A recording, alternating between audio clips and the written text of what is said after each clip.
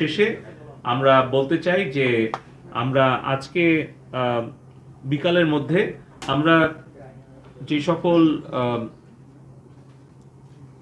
Social media platform কিছুটা সময়ের জন্য আমরা আসলে সাময়িকভাবে আমরা তাদের কর্মকাণ্ড পরিচালনার ব্যাপারে কিছু বিধি নিষেধ আরোপ করেছিলাম বাংলাদেশ টেলিকম রেগুলেটরি কমিশনের পক্ষ থেকে।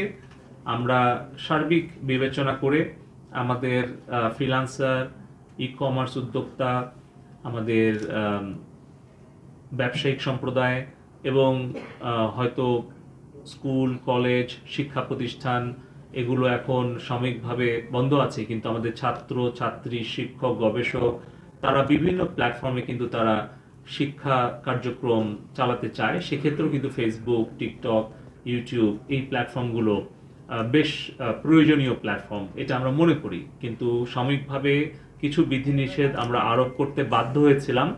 তবে আমি আনুষ্ঠানিকভাবে আজকে আপনাদেরকে জানাতে চাচ্ছি যে আজকে আমরা সেই বিধিনিষেধ আমরা প্রত্যাহার করে নিচ্ছি এবং বাংলাদেশে আমাদের সাইবার স্পেসে আমরা ফেসবুক, টিকটক এবং ইউটিউব এর কার্যক্রম পরিচালনা করতে আর কোনো আমরা বাধা রাখছি না। এটা সম্পূর্ণভাবে সবগুলো অ্যাপ্লিকেশন আমরা ওপেন করে দিচ্ছি। সবাইকে ধন্যবাদ। জয় বাংলা। এটা কখন থেকে ওপেনটা কখন থেকে? এটা আমরা এখনই এই প্রেস কনফারেন্স শেষে আমরা নির্দেশনা দিয়ে দিয়েছি বিটিআরসি কে। হয়তো কিছুটা সময় লাগবে, হয়তো 1 ঘন্টা বা 2 ঘন্টা সময় লাগবে। আশা করছি আজকে বিকালের মধ্যে আমরা সবগুলো অ্যাপ্লিকেশন আমরা ওপেন করে দিতে পারবো। আমরা দেখছি যে এগুলো বিধিনিষেধ আরোপের ফলে ভিপিএন অ্যাপ্লিকেশনগুলো ব্যবহার করে অনেক ব্যান্ডউইথ ট্রাফিক দেশের বাইরে চলে যাচ্ছে এবং সেটা একটা নিরাপত্তার জন্য ঝুঁকি, অপরদিকে আর্থিকভাবেও ক্ষতি।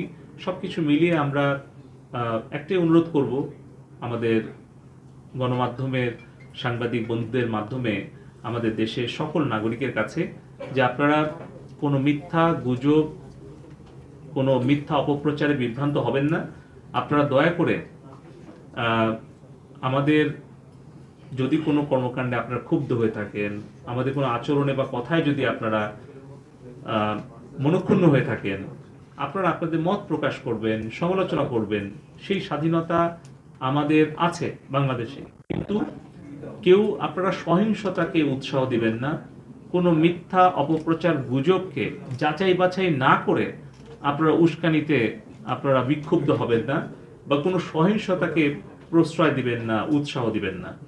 যে কোনো গঠনমূলক সমালোচনা, যে কোনো গঠনমূলক সমালোচনা আমরা সোশ্যাল মিডিয়াতে হোক, সামনাসামনি হোক বা গালাগালিও আমরা কিন্তু অবশ্যই আমরা সহ্য করব বা সেটা আমাদের সব প্ল্যাটফর্মে আমরা অ্যালাউ করছি। কিন্তু একটু সতর্কভাবে আমাদের আচরণটা করা দরকার যে আমাদের কোন কথা বা কোন ধরনের কন্টেন্ট হয়তো সহিংসতাকে উস্কিয়ে দিতে পারে।